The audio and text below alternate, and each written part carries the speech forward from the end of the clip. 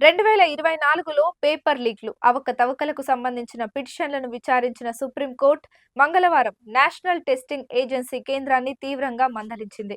ఎవరైనా చిన్నపాటి నిర్లక్ష్యం చేసినా పూర్తిగా పరిష్కరించాలని సుప్రీంకోర్టు ధర్మాసనం పేర్కొంది. నీట్ కేసులో అమూల్య విజయ్ పినపాటి, నితిన్ విజయ తరపున పిటిషన్ దాఖలైంది.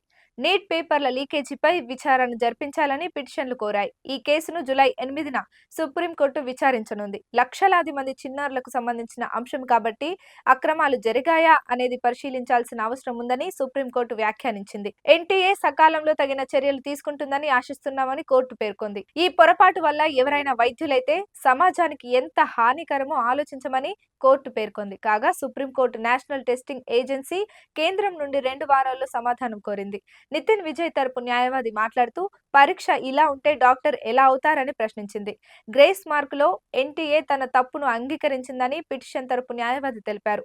మరోవైపు కేంద్రం ఎన్టీఏ 2 వారాల్లోగా సమాధానం చెప్పాలని సుప్రీంకోర్టు ఆదేశించింది.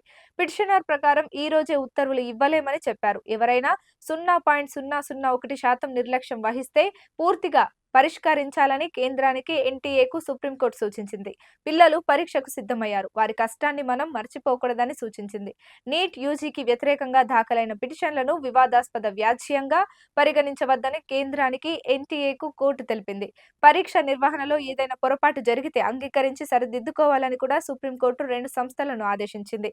జూలై 8న పేపర్ లీక్ కేసుపై దర్యాప్తు చేయాలనే డిమాండ్తో పాటు వివిధ అంశాలపై డజను పిటిషన్లను కూడా కోర్టు విచారించనుంది.